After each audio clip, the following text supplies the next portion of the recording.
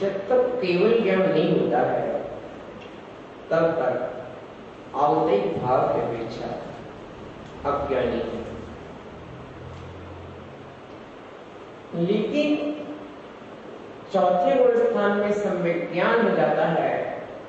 इस 26वें भाव की अपेक्षा चौथे गुणस्थानवर्ती जीव ज्ञानी है। ज्ञान गुण की अपेक्षा संसार के सभी जीव ज्ञानी है।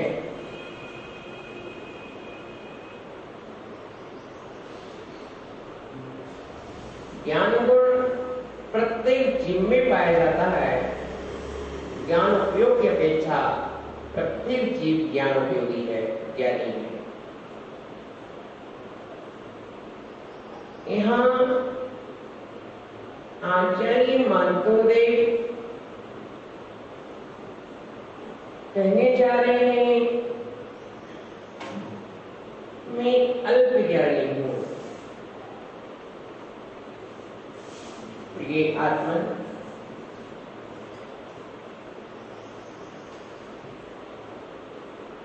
इससे ज्ञान होता है इतना महान आचार्य जो एक मुहूर्त में कितने महान स्तोत्र की रचना कर दे।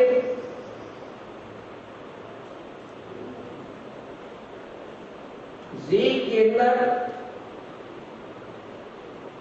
रात भरी तो रहा है और सुबह देखा तो तारे खुल चुके थे, बाहर बैठे हुए। कल्पना कीजिए, जो महान भक्तिवान पुरुष, ज्ञानवान पुरुष एक रात्रि में इतने महान स्तोत्र की रचना कर सकता है, वह अपने लिए क्या कह रहा है? मैं अल्प ज्ञानी। सत्य है, महापुरुष अपने ज्ञान को अपने पास गुप्त रखते हैं। जैनानिम्नि को जैसे कोई किसान निधि को प्राप्त कर लेता है, तो निधि को पाने के बाद वह गुप्त रूप से अपने घर ले जाता है और उसे धीरे धीरे समय समय पर उसका उपभोग करता है। वैसे ज्ञानी पुरुष जीवन भर ज्ञान पाता है, उस ज्ञान को अपने आत्मा के कक्ष में रख लेता है, उसका उपयोग करता है। कल महावीर प्रसाद जी बोल रहे थे, महाराज ज्ञान बांटना चाहिए कि नहीं? मैंने कहा, आचार्य ने लिखा है कि ज्ञान निधि है, पहले उसका स्वयं उपयोग करो, पहले स्वयं उपयोग करो। 5 ज्ञान में 4 ज्ञान स्वार्थ, 5 ज्ञान स्वार्थ क्या है? मति ज्ञान स्वार्थ ज्ञान है, श्रुत ज्ञान स्वार्थ ज्ञान है, अवधि ज्ञान स्वार्थ ज्ञान है, मन प्रज्ञान स्वार्थ ज्ञान है, केवल ज्ञान परम स्वार्थ ज्ञान है। ज्ञानात्मक ही है। श्रुत ज्ञान एकमात्र ऐसा ज्ञान है जो वचनात्मक है। मति ज्ञान से जानता हूं, श्रुत ज्ञान से कहता हूं। प्रिय आत्मन,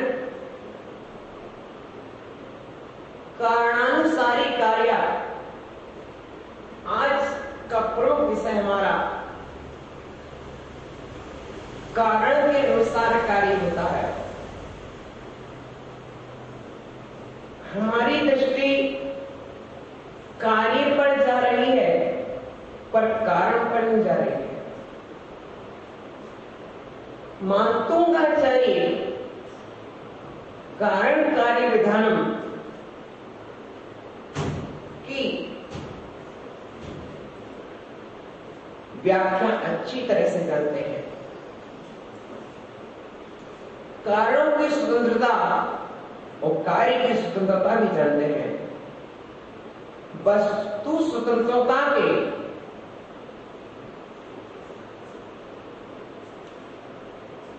समस्त उत्कर्ष को आश्चर्य मानकर स्वामी भली भांति जानते हैं। परिस्थिति के अनुसार वह अपनी स्थिति बनाना नहीं चाहते हैं। हम देखें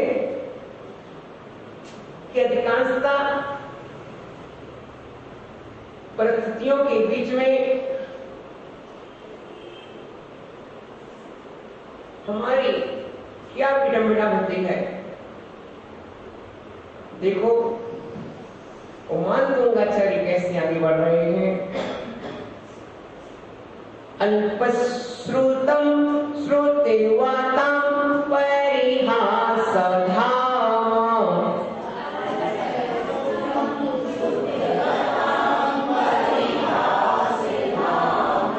अल्पश्रुतम् अल्पश्रुतम् अल्पश्रुतम् श्रुतवतां श्रुतवतां परिहासधाम अल्पश्रुतम् श्रुतवतां परिहासधाम तद्भक्ति रेव मुखरी कुरुते बलान्माम यत कोकिला किल मधु मधुरम विरौति तच्चाम्र चारु कलिका निग्रैक हेतु अल्पश्रुतं श्रुतिवातां परिहासधाम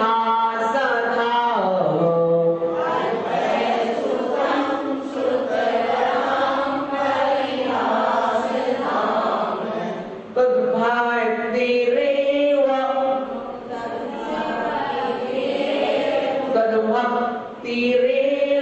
मुखरी कुरुते बलान्माम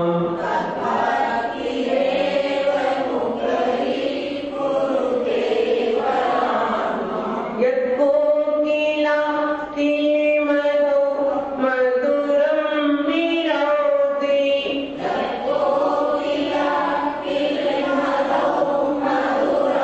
विरौति तच्चाम्रचारु कलिका निकिरैका हेतु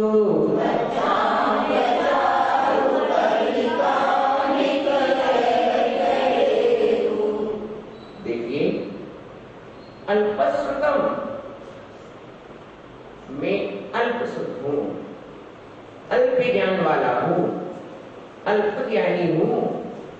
श्रुतवता श्रुतवानों के द्वारा परिहास धाम हंसी का धाम बनूंगा, स्थान बनूंगा।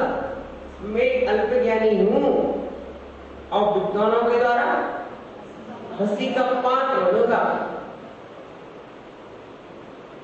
तद आपकी भक्ति एवं आपकी भक्ति ही मुखरी कुरुते पाचार कर रही है, मुखर कर रही है, बलात् जोर कर रही है, जबरदस्ती कर रही है, मां मुझको प्रेरित कर रही है, प्रेरणा दे रही है। क्या कर रही है? प्रेरणा दे रही है।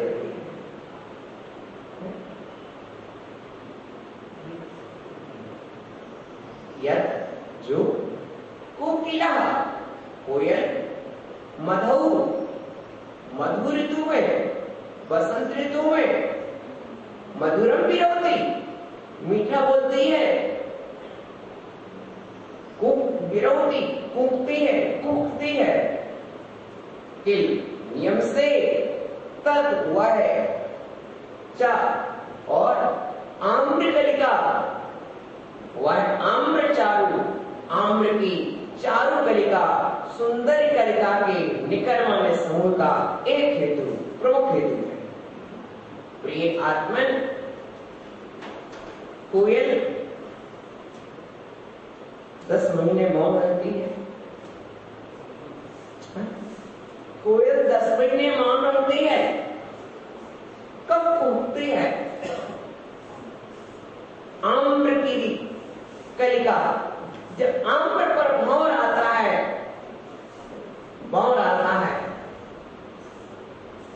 तब कोयल कूदती है। हे जिनेन्द्रदेव, तो भक्ति, आपकी भक्ति ही मुझे बाचाल कर रही है, प्रेरित कर रही है, प्रेरणा दे रही है, कह रही है तुम आगे बढ़ो, हम तुम्हारे साथ हैं। तुम आगे बढ़ो, हम तुम्हारे साथ हैं। अन्यथा मेरे पास तो इतना ज्ञान ही नहीं था कि मैं आपकी स्तुति रचता, मैं आपका स्तोत्र रचता। हम उस परिदृश्य की ओर चले जहां मन गंगाचार्य विजय के अंदर हो, उस समय की स्थिति में पहुंचे। काश क्या हम और आप क्या ऐसा कर सकेंगे? मानतुंगाचार्य ना राजा को दोषी ठहरा रहे हैं, मानतुंगाचार्य ना प्रजा को दोषी ठहरा रहे हैं।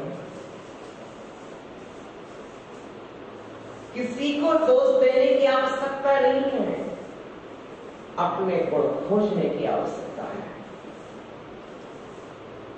उपादान को बिगाड़ना हो तो दोष देखो, उपादान को संभालना हो तो गुण देखो।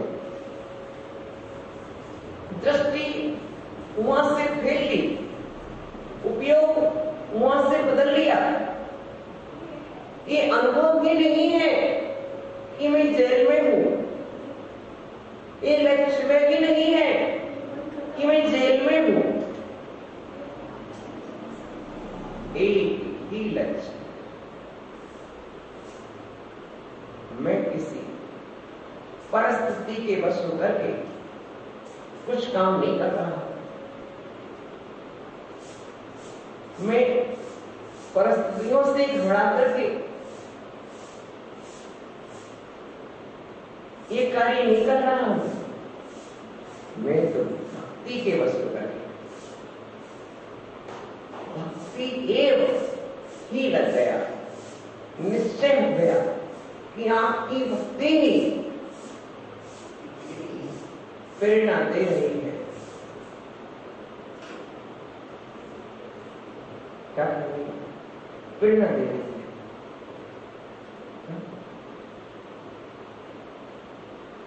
हंसी उड़ाया जाऊंगा, मुखी बनाया जाऊंगा, मैं यद्यपि विद्वानों से, गानों की तुकतानों से, तो भी भक्ति धकेले रही, नाकों डाल नकेले रही। वही प्रेरणा करती है, बोल कंठ में भरती है। क्या? कौन कंठ में मार रहा है? भक्ति मुझे धकेल रही है, धक्का दे रही है।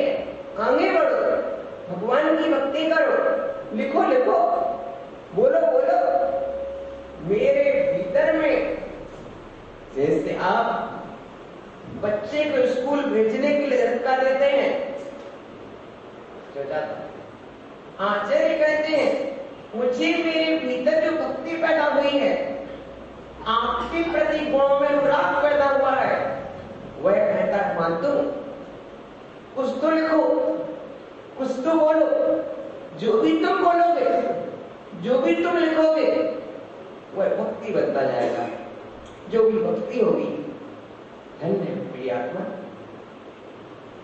सब उजागर हो गया। कोई परिस्थिति नहीं बुलवा रही है, कोई यश की कामना नहीं है, कोई पुरस्कार की कामना नहीं है, हृदय के भाव हैं। सरलता तो देखिए, मुखरी कुरुते बला बलपूर्वक बुलवा रही है। मुनिराज एक बार मौन ले लेते हैं, सुमेरु पर्वत कांप जाए, मुनिराज का आसन नहीं हिलता है, कैसे विभीषण अवसर हो जाए, साधु कंपित नहीं होता है, चलायमान नहीं होता है, लेकिन भीतर में जो भक्ति उमड़ रही है, वह भक्ति बोलने को प्रेरित कर रही है, वाचा कर रही है। बोलो बोलो बोलो। अंतरंग प्रिय आत्मन, अब कारण क्या है? उपादान कारण भक्ति है, निमित्त कारण सामने नहीं है, भगवान सामने नहीं बैठे हैं। अरे उसे सामने की आवश्यकता है जिसके भीतर में ना बैठे, जिसके भीतर में बैठ जाते हैं उसे सामने की आवश्यकता नहीं पड़ती।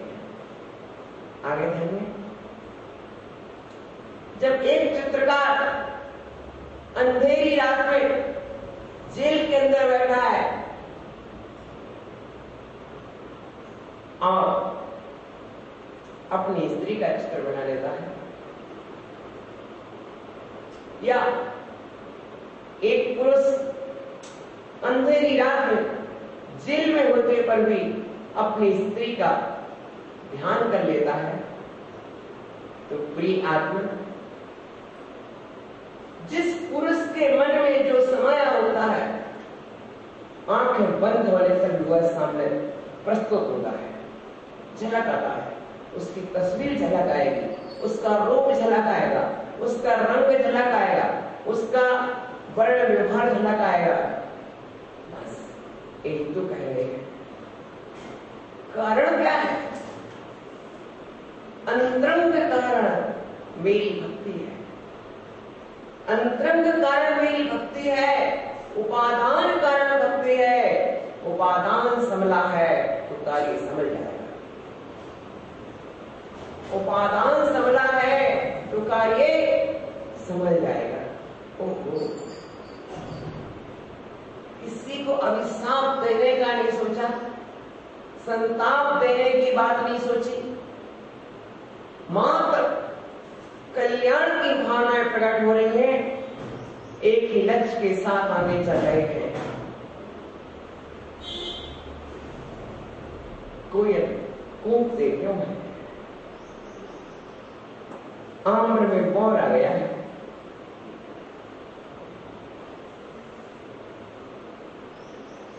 कोयल कूक रही है। प्रिय चेतनात्मा, जैसे कारण होते हैं कार्य वैसा होता है,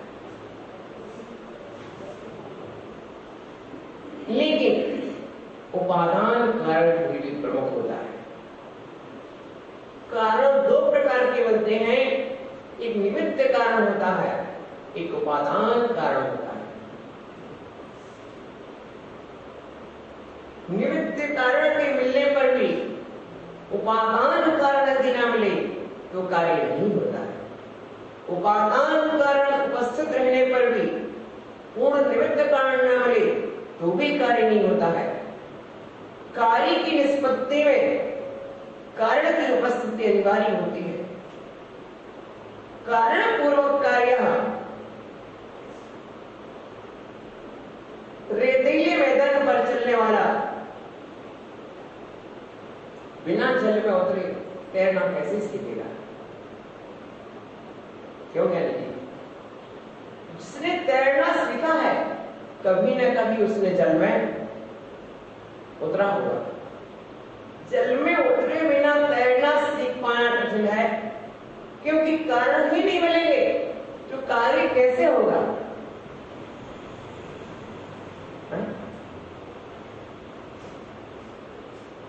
कारण आज यहां पर साधु हैं इसलिए आप यहां पर विराजमान हैं।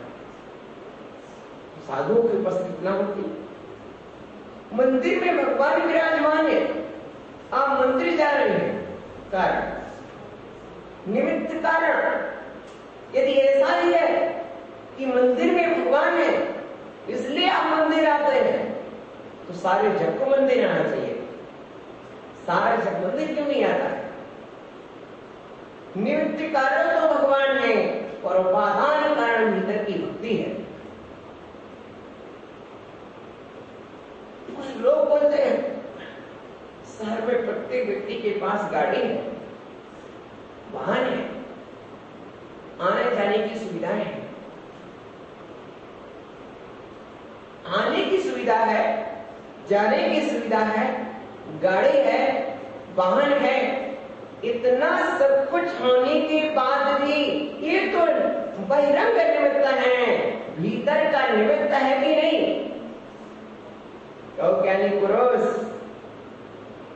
भीतर में भक्ति होगी तभी तुम गाड़ी से मंदिर आ पाओगे, भीतर में भक्ति होगी तभी तुम वाहन से मंदिर आ पाओगे, अन्यथा तुम्हारी गाड़ी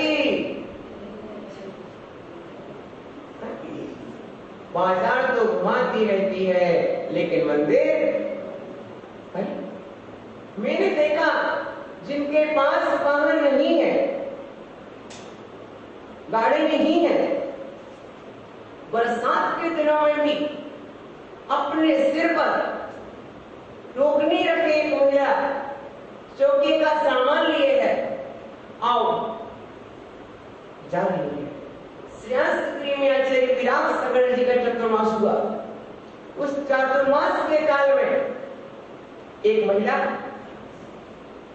चूंकि 5 किलोमीटर तक कोई वाहन की सुविधा नहीं, टोकनी में चौकी का सामान लेकर आती थी और 5 किलोमीटर दूर आकर के चौका लगाती थी सुबह सुबह। कल्पना करिए आप, गाड़ी नहीं थी, वाहन नहीं था, साधन नहीं था। कभी कभी जिनके पास कोई साधन नहीं है वे भी बहुत संख्या में उपस्थित हो जाते हैं। कारण क्योंकि अंतरंग कारण यदि भक्ति है तो कहीं भी पहुंच जाओगे, और अंतरंग कारण भक्ति नहीं है तो साधन सामने रखा रहेगा, गाड़ी सामने रखी रहेगी, आपकी कार सामने रखी रहेगी, लेकिन मंदिर नहीं है। प्रिय आत्मन, हम साधनों की अपेक्षा हम इस पर लक्ष्य ले जाएं, हम इस दृष्टि पर पहुंचे जहां पर हमारे आचार्य पहुंच रहे हैं। हम अपने लक्ष्य को देखें। कारण कार्य विधानम,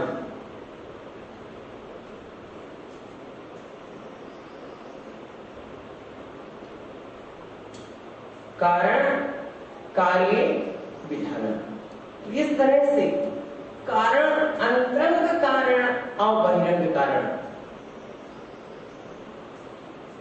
अंतरंग कारण और बहिरंग कारण, 2 प्रकार के कारण होते हैं। महावृष्टि सुशील बैठ गया है। अंतरंग कारण और बहिरंग कारण। अंतरंग कारण क्या है? जैसे सम्यक दर्शन का अंतरंग कारण दर्शन मोहिनी का उपसम क्षय है, बहिरंग कारण देव, शास्त्र, गुरु, तीर्थ वंदना बहुत से हो सकते हैं। प्रिय आत्मा, अंतरंग कारण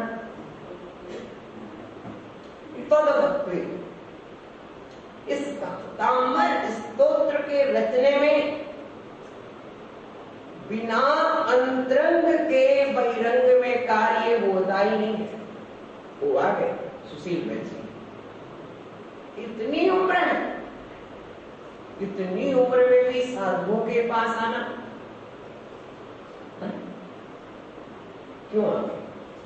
ये अंतरंग उपादान, अंतरंग कारण, जैसे बसंत ऋतु में आम्र की कलिका कोयल को कोकने के लिए मजबूर कर देती है, वैसे सुशील जी की भक्ति साधुओं के पास जाने के लिए मजबूर कर देती है।